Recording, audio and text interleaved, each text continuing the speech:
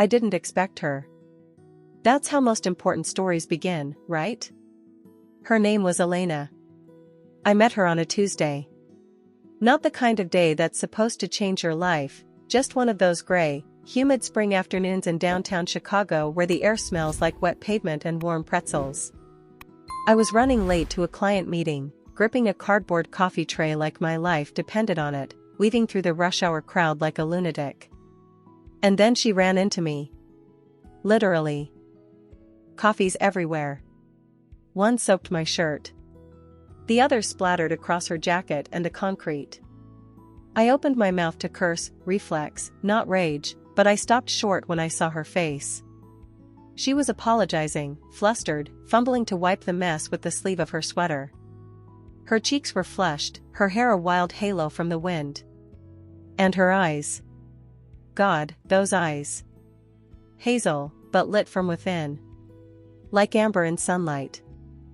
She looked up at me with this half-embarrassed, half-defiant expression, like it was my fault for standing in her way. That's when I laughed. Like, actually laughed. Something about the way she tilted her head, daring me to stay mad, I couldn't. I asked her name before I even asked for napkins. And that's how it started. Her world was color. Not just metaphorically, she was a painter. Oils, mostly. Lived in a tiny studio above a bookstore in Logan Square, walls covered in canvas and dreams. The first time she invited me over, I stepped inside and it felt like I'd walked into her soul. She painted like she felt too much for one lifetime and had to spill it onto canvas or else implode. You like it? She asked me once, biting her lower lip, nervously watching me stare at a stormy abstract she'd just finished. I nodded. It feels like drowning. But in a beautiful way. Her eyes softened. She said that was the nicest thing anyone had ever said about her work. We started spending nights together. Not always romantically, sometimes just sitting on her rooftop, sharing a bottle of cheap wine and watching the trains rattle by below. She told me about growing up in Michigan, sneaking out to paint barns at night. I told her about my dad, how he left when I was a kid, how I used to pretend he was a secret agent and not just gone. She didn't flinch. She just listened. Held my hand. No judgment. No pity. I remember the first time I told her I loved her. It wasn't planned. We were dancing in her apartment, barefoot, music from a dusty old record player bouncing off the paint-splattered walls. The song faded out, but I kept holding her close. I could feel her heartbeat against mine, fast, real. And I whispered, I love you. She didn't say it back at first. Just smiled, almost tearfully, and kissed me like her life depended on it. But later that night, when she thought I was asleep, I felt her hand brush my cheek and heard her whisper it back. I love you too, Noah. Our love wasn't fireworks. It was fire. It built slowly. Heated everything around it. Lit up even the darkest corners of who I was. With her, I felt more me than I'd ever been alone. I quit my job at the ad agency. Started writing again, short stories, essays, even poems. She called me her secret writer. Said I hid words the way she hid colors. We talked about moving to the coast someday. Opening a gallery. Maybe a little cafe. It was the kind of dream that felt silly to say out loud, but with her, even silly dreams felt real. The world was wide open. And she made it wider. I never thought much about forever before her. But suddenly, it felt too short. One night, she asked me something that I've never forgotten. We were lying on a blanket in the park, staring up at the stars, the way you do when you're young and in love and the universe feels like yours to borrow. If I disappeared one day, she said quietly, would you come find me? I turned my head to look at her. Why would you disappear? She didn't answer right away. Just smiled at the sky. I don't know. Just wondering. I laughed it off at the time. Kissed her forehead. Promised that if she ever did disappear, I'd tear the world apart to find her. I didn't know then how much I'd mean it. But back then, in the beginning, it was just us. Two messy people who stumbled into each other like a happy accident. She painted. I wrote. We made each other breakfast, made each other laugh, made love like time didn't exist. She'd wake me up by tracing words on my back with her finger. And when we fought, we always came back to each other. Always. I thought that kind of love lasted forever. But the thing about love is, you never see the cracks until the light starts slipping through. I started noticing it in little things. At first, it was just moments, brief, quiet, almost forgettable. Like the time she couldn't remember the name of the coffee shop we always went to. Or when she left the faucet running in the kitchen for hours, swearing she never turned it on. I told myself she was tired. Distracted. Artists live in their heads, right? I didn't want to see it. But then came the painting. One day I came home and found her in front of a blank canvas. Just sitting there. Brush in hand. Staring at nothing. Elena? I asked, gently. She blinked, like she'd been underwater and I'd just pulled her to the surface. I forgot what I was about to paint, she said. It was there, and now it's just gone. She tried to laugh it off. Said it was artist's block, a normal thing, no big deal. But that night, she didn't sleep. She stayed up, pacing the floor barefoot, muttering to herself, checking the locks 3 or 4 times. And the next morning, she didn't remember any of it. Weeks passed. Then months. And slowly, like autumn creeping into summer, I watched her begin to fade. Not physically, at least, not at first. But something in her presence, her fire, her light, it dimmed. She started forgetting names. Directions. Whole conversations. I caught her staring at walls, eyes unfocused, like she was watching something far away. One night, she painted for hours, covering canvas after canvas with swirling, frantic brushstrokes. When I came in to check on her, she looked at me with tears in her eyes. I'm trying to remember, she whispered. Remember what? I asked, kneeling beside her. You, she said. The diagnosis came on a cold November afternoon. Frontotemporal dementia. Early onset. The words hit like a gunshot in a quiet room. We sat in the neurologist's office while the doctor explained it all, clinical, detached, like he was reading a weather report. Progressive. No cure. Timeframe unclear. Memory loss. Emotional changes. Personality shift. Language deterioration. Confusion. Disorientation. I heard the words. But I couldn't feel them. All I could do was look at her, sitting beside me, nodding politely, as if she wasn't hearing her own future being dismantled piece by piece. When we left the building, she didn't cry. She didn't speak. She just walked. We ended up at the lake. The sky was pale. The water quiet. And after a long silence, she finally said, I don't want you to stay. The words tore through me. I grabbed her hand. Don't say that. I'm serious, Noah. I don't want you to go through this. I'll forget things. I'll forget you. I might even forget myself. I don't want you to be the one trying to hold it all together while I fall apart. I swallowed hard. That's not your decision. She looked at me with eyes I still see in my dreams, not afraid, not desperate. Just resigned. You deserve a whole person. I want you, I said. No matter what. In pieces, in silence, in memory, or out of it. I want all of it. I choose you. Her lips trembled. She pressed her forehead against mine. And she didn't argue again. The next few months were a slow war. Some days were good. She'd wake up smiling, paint with me, dance in the living room like nothing had changed. And then the next day, she'd forget where the bathroom was. Or she'd scream at me for hiding her keys when they were in her hand the whole time. I tried to keep her world familiar. I labeled every drawer, every cabinet. I made photo albums. I wrote daily journals she could read to remember who we were. But nothing held her for long. Once, we were watching a movie and she turned to me and asked, "Do I know you?" I nodded. "Yes. You do." And she smiled politely, like I was a stranger. Like we were meeting for the first time. That night, I cried in the shower with the water running full blast just so she wouldn't hear.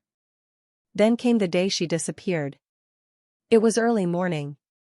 I woke up, and she wasn't in bed. At first, I assumed she'd gone to the kitchen, maybe got confused, maybe went to paint. But when I checked the whole apartment, she wasn't there. Her phone was still on the nightstand. Her coat was missing. Panic hit like lightning. I tore through the building. Checked every floor. Ran into the street yelling her name. Nothing. I called the police. Filed a report. Showed them her photo. Told them she had dementia, that she might not even know her name. Hours passed. No word. The sun set. I was sitting on the apartment floor, shaking, staring at her empty art supplies when the phone rang. They found her. She'd wandered into an old train station on the edge of the city. She was sitting on a bench, staring at the departure board. When they asked her name, she couldn't answer. But she kept whispering one word. Noah. When I got there, she looked at me like I was a dream. A familiar face she couldn't name. But when I took her hand, she didn't let go. That was the turning point. After that, something inside me cracked. I stopped pretending we could outrun this. I stopped trying to patch the dam with hope. But I didn't give up. I couldn't. Because even if she forgot who I was, I remembered who she was. And I made a promise that night, as she slept curled up beside me like a child. Whatever this was, wherever it led, I would walk it with her. Every step. Even into the dark. There's a silence that comes after the storm. Not peace, not really. Just exhaustion. The kind that settles in your bones and never quite leaves. That's what it felt like after Elena came home from the train station. Like the world had stopped spinning at its usual speed, and now everything was happening in slow motion. Her decline accelerated. She no longer painted. The brushes stayed dry. The canvases piled up in the corner of the studio, collecting dust like tombstones of the life she used to have. She didn't recognize our friends.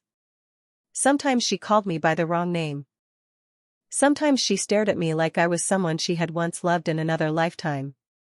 And sometimes, when she was lucid, just for a few golden seconds, she'd reach out to me, tears in her eyes, and whisper, "Don't let me go, Noah." I never did. But the truth is, I was disappearing too. I stopped writing. I didn't even notice it at first. One day turned into another, and the notebook that once sat beside my bed remained untouched. The ideas were still in my head, but the words refused to come out. Like my thoughts had dried up from too much grief. I avoided mirrors. Not because I was afraid of what I'd see, but because I didn't recognize what I had become. Dark circles. Hollow eyes. Clothes wrinkled, meals skipped, sleep lost. Every part of my life was now orbiting one thing, keeping her here, with me, as long as possible. We sold the studio and moved into a quieter place, closer to her sister's house in the suburbs. I became her full-time caretaker. Learned how to cook the bland food her doctor recommended. Learned how to track her meds. How to calm her down when she got confused. How to smile even when I felt like shattering. I read articles at 2 a.m. in forums filled with desperate partners like me, grasping for hope, for treatments, for miracle trials that never called back. I memorized terms like neurodegeneration and cognitive plateau. I knew more about dementia than any non-doctor had a right to. But none of it mattered. Because no matter how hard I fought, she kept slipping. One day, I found her in the backyard, sitting in the grass in the middle of the night. She was barefoot, knees pulled to her chest, humming an old lullaby to herself. "Elena," I said gently, kneeling beside her. "What are you doing out here?" She looked at me, eyes distant. "I'm waiting," she said. "For what?" She stared up at the sky. "For someone to come find me." My heart cracked in two. "I'm right here," I whispered.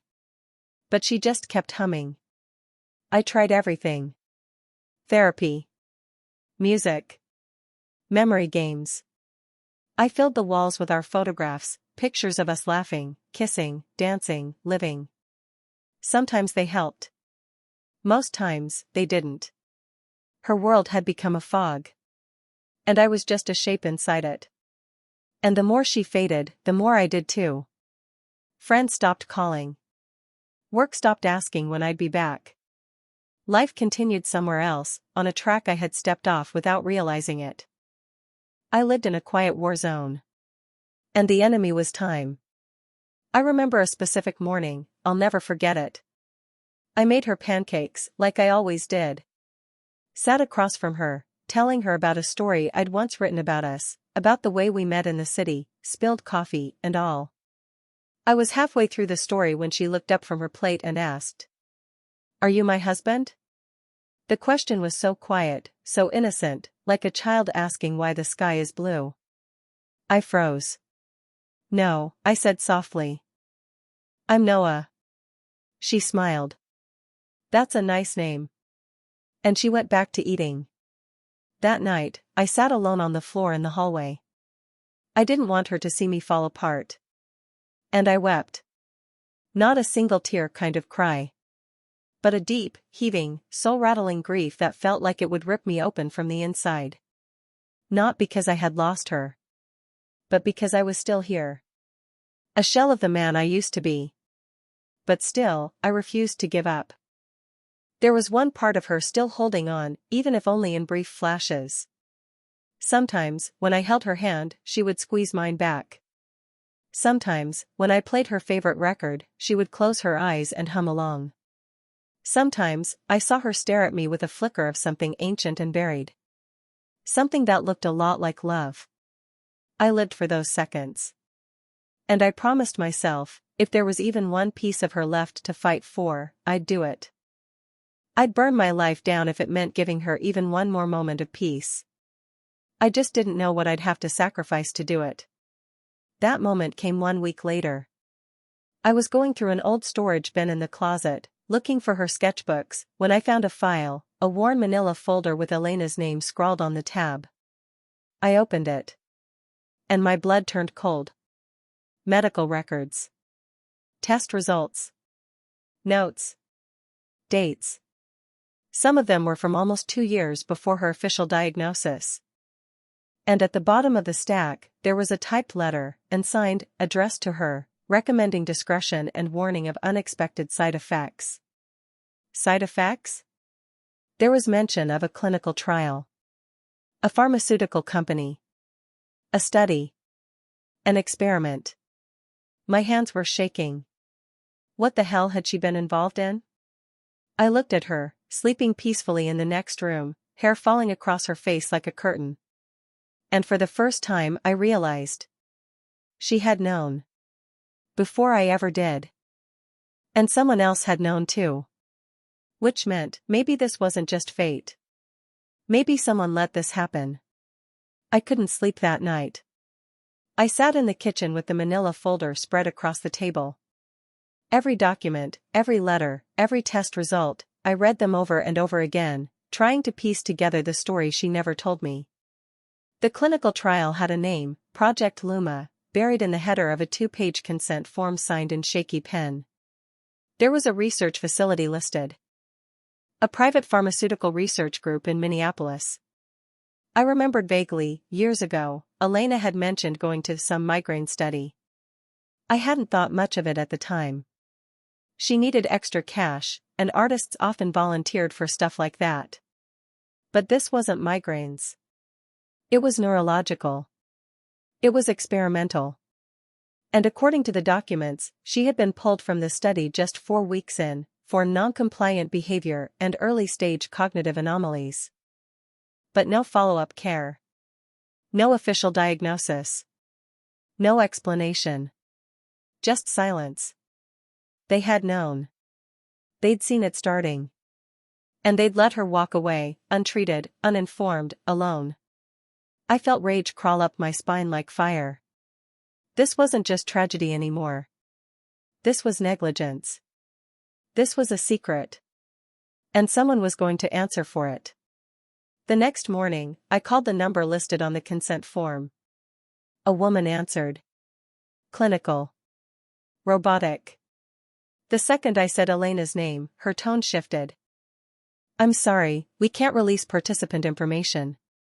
She's dying, I snapped. You already did that part. Now you're going to tell me what the hell you gave her. Silence. Then a click. She hung up. That was all I needed. I packed a bag. Left a note for Elena's sister, asking her to stay with Elena for a few days. I kissed Elena on the forehead while she slept, whispered I'd be back, and drove 6 hours north in a storm. Minneapolis greeted me with gray skies and cold wind. I found the building, tucked between a glassy office park and a parking lot. Virexo Neurotech etched in brushed silver over the entrance. I walked in pretending to be calm. A receptionist blinked up at me. I'm here about Project Luma, I said. Her fingers froze above her keyboard. I'm sorry, sir, we don't. I know you tested something on her. I have her records. And I have questions. That's when the security guard showed up. I didn't back down. I demanded a meeting with the lead researcher. I showed the documents.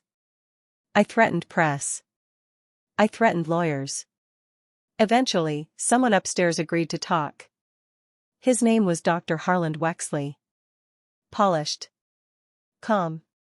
Smug in that way only people in expensive suits and dangerous secrets can be. He invited me into his office. Closed the door. Sat down like this was a therapy session. I understand you're upset, he began. But your partner did sign full consent. She didn't consent to losing her mind, I snapped. She didn't consent to being forgotten, abandoned, or lied to. He folded his hands. Mr. Carter, the project was terminated. Your partner's symptoms, while tragic, cannot be conclusively linked to the compound we administered. She presented with genetic markers. You knew she was at risk. He didn't answer. I stood. My fists clenched. You have a file on her. You know what you gave her. You know what it did. And you're going to help me fix it. Finally, he sighed. Even if we wanted to help, it's irreversible. There it was. The truth. Final. Cold. Like a gravestone slammed into place. I left the building in a haze. But I wasn't done. Not even close. I filed a report with a medical ethics board. I emailed every investigative journalist I could find. I leaked the consent forms. I posted online. I shared Elena's story. I wrote about the girl who painted color into the world and was slowly having it drained away, not by fate, but by corporate silence. And the internet listened. The story went viral. Comment sections flooded with outrage. Former test subjects came forward. A class action lawsuit formed. Congressional oversight began sniffing around. The research facility issued a statement. Wexley stepped down. But none of it made Elena better. I had stirred the fire. But the price was still the same. When I came home, Elena was in bed. She looked thinner. Quieter. Her eyes no longer followed movement like they used to. Her sister left me alone with her. I sat down beside her and took her hand. I did it, I whispered. I exposed them. The people who hurt you. I made them pay. Her fingers twitched. She blinked. Once. Twice. Then slowly, her lips parted. And she whispered. Paint. I stared. She hadn't said anything coherent in days. Paint what? I asked softly. She turned her head, just slightly, toward the shelf where her brushes once sat. That was the moment I understood. It wasn't justice she needed now. It was memory. It was us. That night, I turned the guest room into a studio. I brought out every canvas, every brush, every dried-up tube of paint. I played her favorite music. Lit the candles she used to love. And I sat with her, guiding her hand to the canvas. She moved slowly. Hesitantly. But she moved. Together, we painted. Not masterpieces. Just colors. Strokes. Lines. Chaos. But it was ours. She didn't speak much. Didn't need to. Her eyes said everything. She was still in there. Somewhere. And I would keep painting with her until the very end. They say grief changes a person. But it's not like a sudden switch, it's a slow erosion. You don't wake up different. You wake up less of who you were, until what remains is someone you barely recognize. That's what happened to me. The old Noah, the one who wore blazers to work, ordered cold brew, pitched ad campaigns with too much confidence, he died somewhere between the neurologist's office and the night I found Elena in the train station. The man who replaced him was quieter. Harder. And in some strange way, softer too. I became a man who read medical journals over morning coffee. A man who knew how to bathe someone with dignity, even when they couldn't lift their arms. A man who cried silently when a familiar smile flickered and disappeared like a light going out in a storm. But I also became a man who painted. Not well. Not even decently. But I painted with her. Because she needed it. Because it was the only thing that still reached her on some days. And maybe it reached me too. We built a new kind of life. A smaller one. Gentler. Slower. No more plans for the coast. No gallery. No cafe. Just quiet mornings. Blank canvases. Soft jazz. Her head on my shoulder, even if she didn't always know it was mine. And I lived for the seconds, those brief, golden seconds, when her eyes would lock with mine and something would shine through. Recognition. Love. Memory. Even if it vanished the next moment, it was real. I started documenting everything. I filmed her painting. I recorded her humming. I photographed every canvas she touched. I wrote letters to her, pages and pages, describing who she was, what we shared, how deeply she was loved. I don't know why I did it. Maybe to preserve her. Maybe to preserve myself. Because some part of me knew, time was running out. And I wasn't just losing her. I was losing the last part of me that remembered what it felt like to be whole. But grief doesn't always take. Sometimes it gives. And what it gave me was clarity. I used to think love was something we felt. Something warm, passionate, cinematic. But I learned that real love is choosing someone. Over and over. Even when they don't remember your name. Even when they scream at you, forget you, push you away. Even when it breaks you. Because love isn't just what you feel. It's what you do. People started reaching out to me. Strangers who had seen Elena's story online. Other caregivers. People with loved ones in decline. They wrote letters, sent messages, called. Some just wanted to say thank you. Some just wanted someone to listen. And little by little, I began sharing more. I spoke at memory care centers.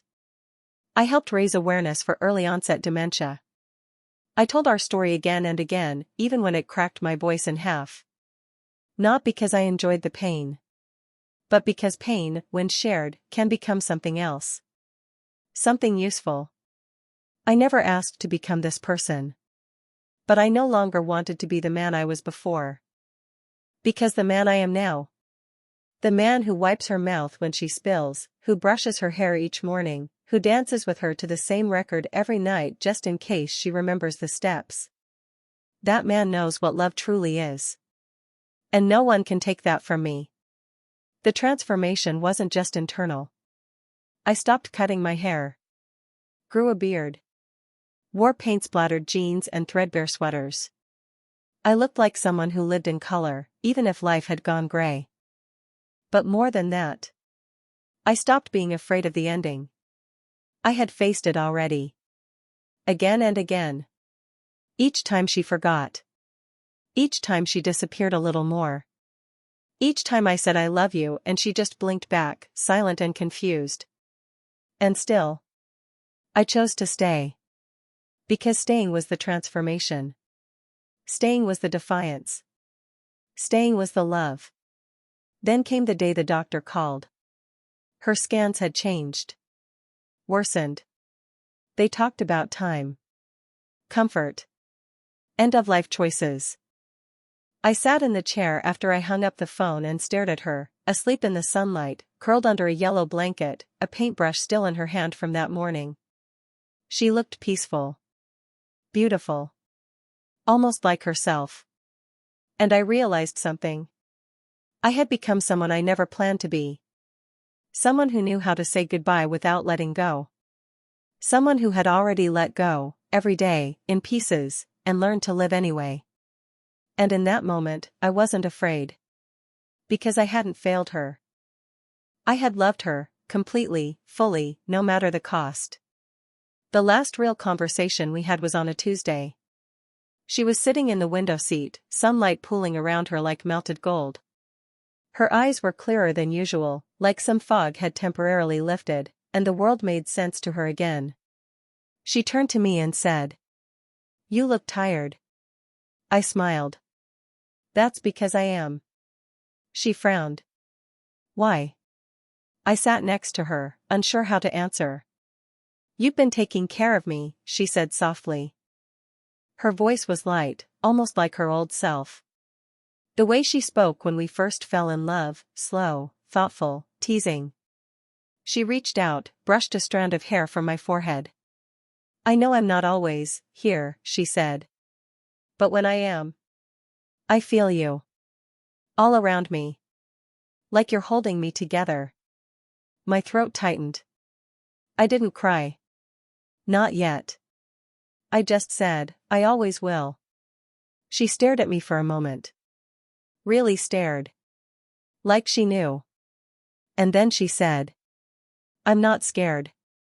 I nodded. "You don't have to be. I just don't want to leave you behind." "You're not," I said. "You never will." We sat there in silence for a long time. Just the two of us. The weight of years between us, and yet, in that moment, we were exactly where we began. She slipped away 2 weeks later. There was no final dramatic gasp. No poetic last words. Just stillness. One night, she went to sleep, and didn't wake up. I sat beside her all night, holding her hand. Watching the rise and fall of her chest slow, until it stopped. And when the sun rose, I whispered, "Thank you for finding me." The days after her death were quiet in the most brutal way. The house was too clean. Too still. Her shoes by the door. Her half-finished canvas on the easel. Her voice still echoing in my head, in voicemail messages and old video clips. People brought flowers. Meals. Soft hugs. They said things like, "She's in a better place. You were so strong. You gave her everything." But all I heard was the silence when I walked into a room she used to fill. I didn't cry at the funeral. Not during the service. Not during the speeches. Not even when they played her favorite song, the one we used to dance to barefoot in the living room. But that night, when I got home, I found her paint-stained sweater. Still folded on the back of the couch. I held it to my face. And I broke. Grief doesn't go away. It changes shape. Some days it's loud, screaming in your chest, making it hard to breathe. Other days it's quiet, a whisper at the back of your mind, asking you to remember. And I do. Every day. I started painting again. Not for her. With her. It's hard to explain, but when I paint, I feel close to her. Like she's guiding my hand. Like she's still here, in every color, every stroke, every burst of light on canvas. People say the studio feels like a sanctuary now. There are photos of her everywhere. Letters. Her old brushes, framed in shadow boxes. Some of her work hangs beside mine. 2 styles. 2 hearts. 1 story. We opened a gallery in her name. The Elena Project. Part art. Part outreach.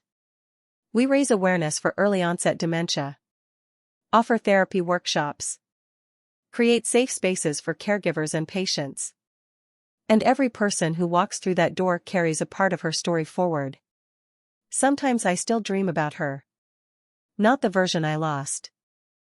But the one who ran into me on the sidewalk with coffee dripping down her sweater. The one who made me pancakes at 2 a.m. The one who whispered "I love you too, Noah" when she thought I was asleep. In the dreams, we're dancing. Barefoot. To the same record. She's laughing. I'm holding her close. And I know, even as I dream, that it's a memory. But I stay in it as long as I can. Because love doesn't end. It just changes. If you asked me now, was it worth it? All the pain. All the loss. All the pieces of myself I had to give up along the way. Yes. Without hesitation.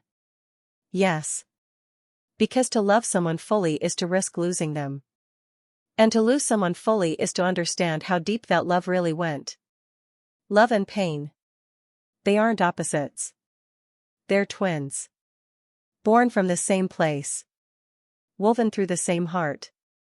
Carved into the same story. And mine is still being written.